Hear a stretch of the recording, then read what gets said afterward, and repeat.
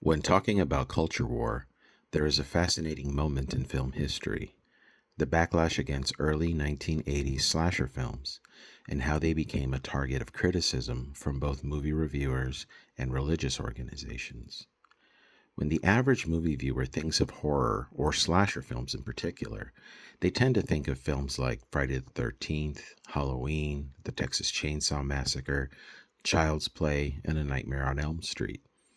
To many, these films are now seen as horror classics, but back in the early 80s, there were a lot of people who thought they posed a threat to decent society, and it sparked intense controversy.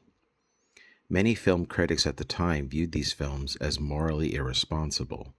They often described these movies as trash, exploitive, and disturbing. Some accused the genre of encouraging violence or desensitizing viewers, especially teenagers. During the 1980s, many conservative Christian groups were becoming more involved in conversations that slasher films represented a bigger problem. TV evangelists and religious broadcasters warned that horror movies could psychologically or spiritually harm young people.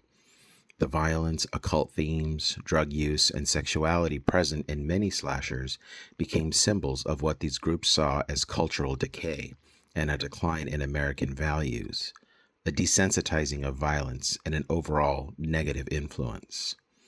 Of course, the controversy itself helped make slasher films even more popular. Young audiences were drawn to movies that adults considered dangerous or forbidden. Studios recognized this and continued producing countless sequels throughout the decade. In many ways, criticism from reviewers and religious organizations unintentionally strengthened the genre's cultural influence. What was once dismissed as trash cinema is now discussed in film classes and appreciated for its impact on horror, suspense, and pop culture as a whole.